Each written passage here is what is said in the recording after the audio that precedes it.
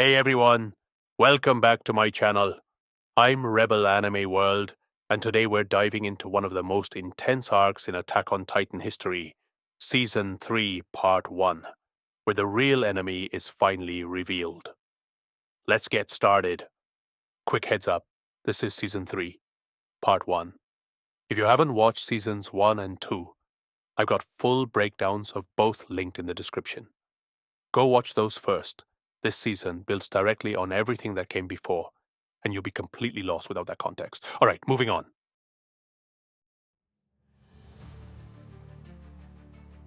Seasons 1 and 2 taught us that Titans were humanity's greatest enemy. Season 3, Part 1 reveals that we were looking in the wrong direction the entire time. The real enemy isn't outside the walls, it's inside them, running the government, controlling information, murdering anyone who gets too close to the truth. Season 3, Part 1 is unlike anything Attack on Titan has done before. There are no massive Titan battles for the first half, no desperate charges against monsters. Instead, we get political conspiracy, government corruption, underground violence, and a civil war fought in the shadows. This is the arc where Historia discovers who she really is, where Levi confronts his past, where Eren learns the horrifying truth about his father, and where the entire foundation of society within the walls is torn down and rebuilt. The first half of Season 3 is 12 episodes of pure tension, character development, and world-building that completely changes how you see this entire series. It answers questions you've had since Episode 1, then immediately raises new ones that are even more disturbing. By the end of these 12 episodes, you'll understand why humanity has been trapped in the walls for 100 years. You'll know the truth about the royal family. You'll discover what's really inside Eren's basement. And you'll realize that everything, absolutely everything, has been orchestrated by people with agendas you never saw coming. Ready? Let's break it all down. The new enemy. Season 3 opens with the Scout Regiment in a precarious position. They've proven that Titan shifters exist among humanity. They've exposed military corruption. They've questioned the government's official narrative, and the government has decided they're too dangerous to live. The political situation. The ruling monarchy, the Fritz royal family, maintains power through 3 pillars: the military police, who enforce their will; the interior police, a secret force that eliminates threats; and most importantly, absolute control over information. The Scout Regiment's discoveries threaten all of this. If people learn that Titans are humans, that the walls were created with Titan power, that there's a world beyond the walls, the entire social order collapses. So the government makes a decision: eliminate the threat. Eren and Historia. 2 people are marked for capture or death. Eren, because he possesses the founding Titan's power, and Historia, because she's the illegitimate daughter of Rod Rice, the true royal bloodline. The Fritz family are imposters. The Rice family are the real monarchs, and they've been hiding in the shadows, pulling strings, for generations. Historia's backstory. We get Historia's full backstory through painful flashbacks. She was born Krista Lenz, illegitimate daughter of Rod Rice and a servant. Her mother hated her, refused to acknowledge her, treated her as a shameful secret. Historia grew up believing she shouldn't exist, that her very presence was a burden. She became people-pleasing, passive, adopting the name Krista, and trying to be kind to everyone to justify her existence. Ymir saw through this facade. She recognized that Historia was living for others' approval rather than herself. Ymir's final letter urged Historia to live proudly, to stop hiding, to be Historia Rice. Now Historia must become exactly that, whether she wants to or not. Kenny Ackerman. The government sends their best weapon. Kenny Ackerman, captain of the Interior Police's Anti-Personnel Control Squad. Kenny is unlike any antagonist we've seen. He doesn't pilot a Titan. He uses modified ODM gear designed for killing humans, not Titans. His squad carries guns with specialized ammunition. They fight in cities, using urban terrain and assassination tactics, and he has a personal connection to our heroes. Kenny is Levi's uncle. The attack in Trost. Kenny's squad embadges the Scout Regiment in broad daylight in Trost District. The sequence is brutal and unfamiliar. Humans fighting humans with ODM gear in a populated city. Nifa, a scout regiment member, is shot in the head instantly. Other soldiers die before they can react. The Survey Corps, trained to fight Titans in open territory, are completely outmatched in urban combat against opponents targeting them specifically. Kenny himself confronts Levi directly. Their fight is personal, vicious, and reveals years of complicated history. Despite the scout regiment's efforts, Kenny's squad succeeds. Aaron and Historia are captured and taken to an undisclosed location. The government announces that the scout regiment has staged a coup, murdered civilians, and kidnapped 2 innocent people. Public opinion turns against them overnight. Commander Erwin, Levi, and the remaining scouts are now fugitives. They can't operate openly. They can't access military resources. They're hunted by both the military police and public opinion. Everything they fought for, legitimacy, recognition, support, is gone. They're back to being considered lunatics and traitors. But Erwin has a plan. Levi's past. While hiding underground, literally and figuratively, we get Levi's origin story. The underground city. Beneath the capital exists a massive underground city where those deemed unworthy live in permanent darkness. No sunlight, no opportunity, no hope. It's a trash heap for human beings. Levi grew up here. He was raised by Kenny Ackerman after his mother died, learning to survive through theft, violence, and ruthlessness. Kenny taught young Levi everything: how to fight, how to kill, how to survive. But Kenny wasn't a father figure. He was a pragmatic survivor who raised Levi because, well, we're not entirely sure. Obligation to his sister, curiosity, loneliness. Whatever the reason, Kenny eventually abandoned Levi, disappearing without explanation once he deemed Levi capable of surviving alone. Now Kenny is back, working for the very government that keeps people like Levi trapped underground. It's personal betrayal compounded with political conspiracy. Levi must confront his past, his mentor, and his own capacity for violence, all while trying to save Aaron and Historia. The chapel. Aaron and Historia awaken in an underground chapel on the Rice family estate. They're bound, helpless, and about to learn truths that will shatter everything they believe. Historia's father, Rod Rice, presents himself as a caring parent who's been watching over her from afar. He's gentle, sympathetic, seemingly kind. He's also completely insane. Rod reveals the truth about the founding Titan, the coordinate power that Aaron briefly activated. It's the ability to control all Titans, to alter the memories of all people within the walls, to reshape reality itself. But there's a catch. Only someone of royal blood can use it to its full potential. The founding Titan's true power. The founding Titan has been passed down through the Rice family for generations. Each successor inherits not just the power, but the memories and will of all previous holders. It's how the royal family has maintained control. It's how they've hidden the truth. It's how they've kept humanity docile within the walls for 100 years. Historia has fragmented memories of a half-sister she didn't know she had. Frida Rice, a kind young woman who visited her secretly, who seemed to genuinely care for her. Frida was the previous founding Titan holder. She possessed godlike power, the ability to alter millions of minds with a thought. 5 years ago, Frida and most of the Rice family were murdered in this very chapel by Grisha Jaeger, Aaron's father. Aaron's father's crime. Through Rod's explanation and Aaron's forced memories, we witnessed the horrible truth. The same night, the colossal and armored Titans breached Wall Maria. Grisha Jaeger came to the Rice chapel. He begged Frida to use the founding Titan to save humanity, to fight back against the Titan invasion. Frida refused, not out of cowardice, but because of something Rod calls the First King's Will, a compulsion that forces all royal-blooded founding Titan holders to accept humanity's destruction passively. The royal family knew the truth about Titans. They could have saved humanity, but some ancient will, some command embedded in the founding Titan itself, prevents anyone of royal blood from acting.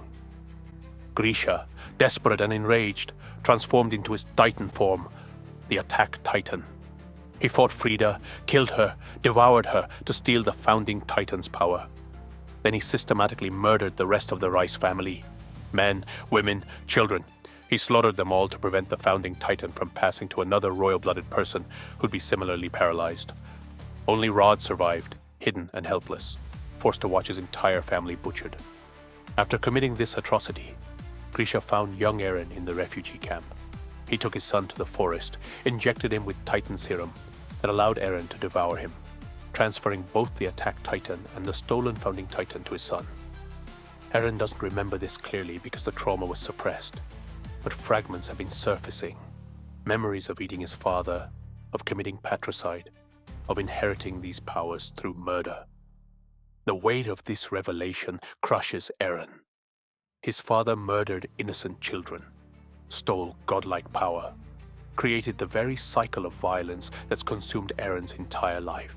And Eren, unknowingly, completed the crime by eating his own father. The founding Titan, humanity's hope, is now in the hands of someone who can't use it properly because he lacks royal blood. Rod's solution is simple. Historia must eat Eren. If someone of royal blood devours Eren, they'll gain the founding Titan. Historia would inherit the power, the memories, the ability to save humanity. All it costs is Eren's life and Historia's humanity. Historia's choice. This is Historia's defining moment. The entire season has been building to this decision. Rod shows Historia memories through physical contact, visions of Frida, the sister she forgot, happy moments, loving interactions, proof that someone in her family actually cared about her. Rod promises that if Historia becomes the founding Titan, she'll inherit all those memories. She'll have Frida back, in a sense. She'll never be alone again. She'll also become the queen, the rightful ruler, respected, powerful, important, everything she's never been. All she has to do is murder Eren. Eren, drowning in guilt and self-hatred, actually encourages her to do it. He believes he's a monster son, a murderer, someone who doesn't deserve to live. If his death can save humanity, give the founding Titan to someone who can actually use it. Maybe it's worth it. But Historia remembers Ymir's words. Live for yourself. Be proud of who you are. She looks at this choice and realizes this isn't about saving humanity. It's about making her live the same trapped, purposeless existence as every previous royal-blooded Titan holder. She'd gain Frida's memories, but she'd also inherit the first king's will, the compulsion that prevents action, that demands passivity, that accepts humanity's extinction. She wouldn't be Historia Rice.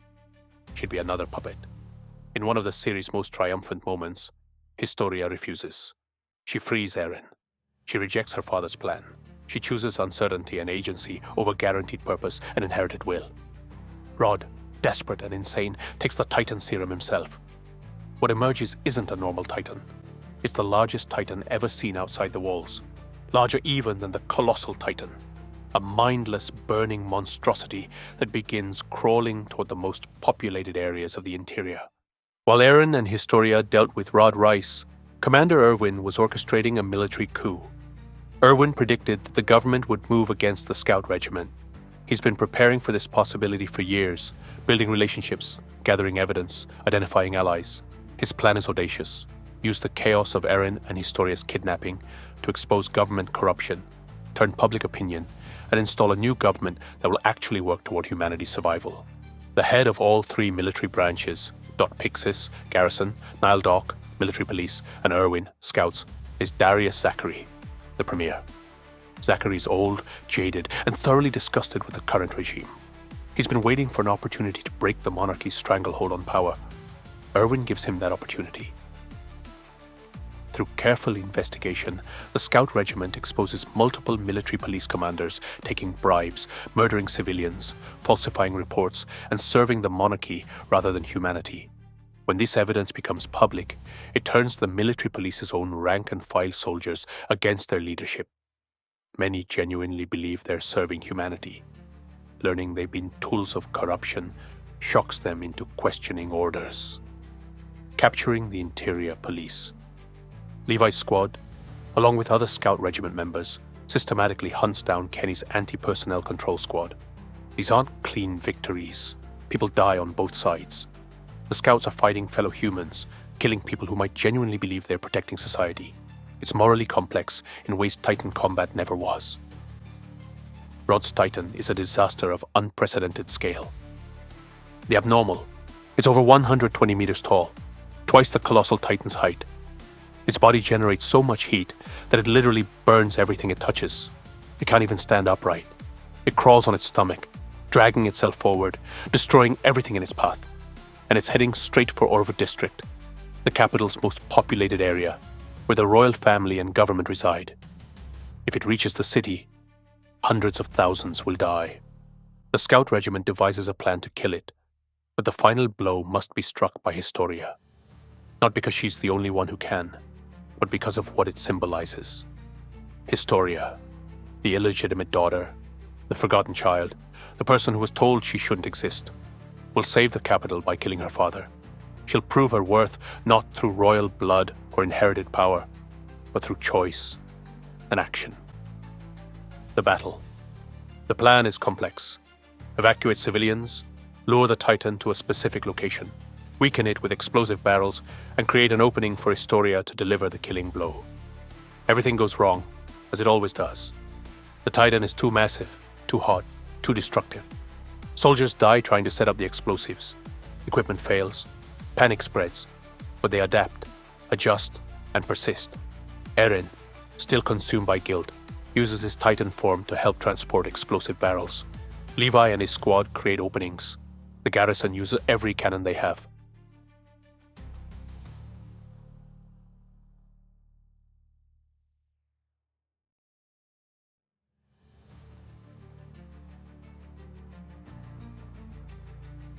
And Historia, armed with a bundle of explosive spears, charges directly at her father's Titan. She strikes the weak point, destroying the nape of Rod's neck. The massive Titan collapses, its body crashing into the cleared evacuation zone. Historia stands atop her dead father, visible to the entire capital, holding the weapon that saved them all. The daughter who was supposed to stay hidden, who was told to live in shame, has publicly saved the kingdom. The new queen. With the government exposed, the military police leadership arrested, and the false royal family revealed, the military needs a new leader. They choose Historia.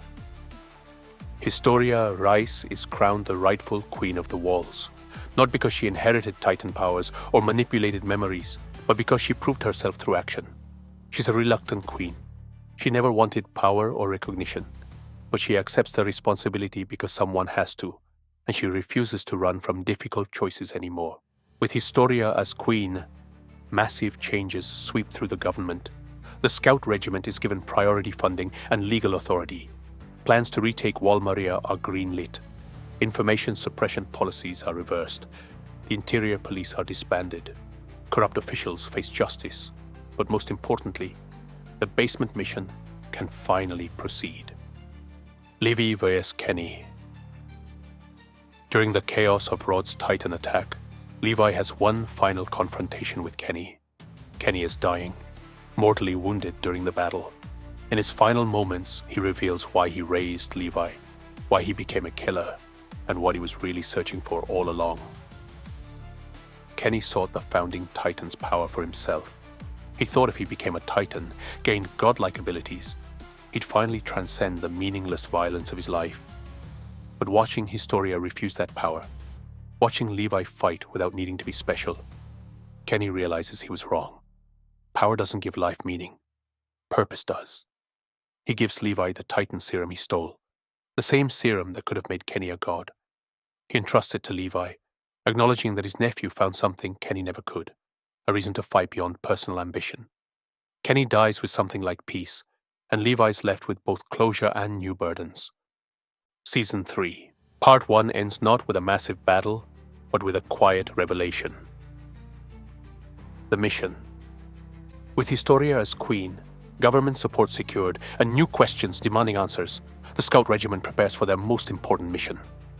Retake Wal Maria, reach Shiganshina, get to Eren's basement. Whatever truth Grisha Jaeger hid there will explain everything. The Titan's origin, the world beyond the walls, why humanity has been trapped for 100 years. But more importantly, it will reveal who humanity's real enemies are. And the answer, we'll learn in Part 2, is far more complex and horrifying than anyone imagined.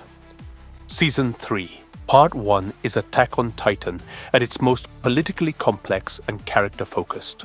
This arc proves the series isn't just about fighting monsters. It's about systems of control, inherited trauma, the weaponization of information, and the courage required to think independently. Historia transforms from a passive, people-pleasing girl into someone who actively chooses her own path, even when it's harder, scarier, and more uncertain. Levi confronts his past, makes peace with loss, and solidifies his role as someone who fights for others' dreams rather than his own survival. Eren begins understanding the weight of inherited sins and the complexity of his father's actions. We learn that the walls aren't humanity's refuge, they're humanity's prison. The royal family isn't protectors, they're jailers enforcing an ancient command to accept extinction. The real enemies aren't mindless titans, they're people with agendas, people with reasons, people who genuinely believe they're doing the right thing. Part 1 explores whether the truth is worth the cost of learning it, whether stability through ignorance is preferable to chaos through knowledge, whether inherited guilt defines you, or whether choice and action do. Historia's refusal to become the founding titan is the arc's thesis. Agency matters more than guaranteed outcomes. Living authentically, even with terrible uncertainty, is better than living as someone else's tool. Everything in Part 1 sets up Part 2's devastating revelations. We needed to understand the political situation within the walls before learning the truth about what lies beyond them. We needed to see Historia claim her identity before understanding what the royal family has been hiding. We needed to question everything about the government before discovering that the lies go so much deeper than anyone imagined. Season 3. Part 1 asks, what if the real enemy is the system you've been defending? Part 2 will answer, it's even worse than that. Thanks for watching this breakdown of Attack on Titan Season 3, Part 1 on Rebel Anime World. If you enjoyed this, smash that like button and subscribe. Part 2 is coming soon, and you absolutely do not want to miss those revelations. The ocean is waiting, and beyond it, the truth that changes everything. See you next time.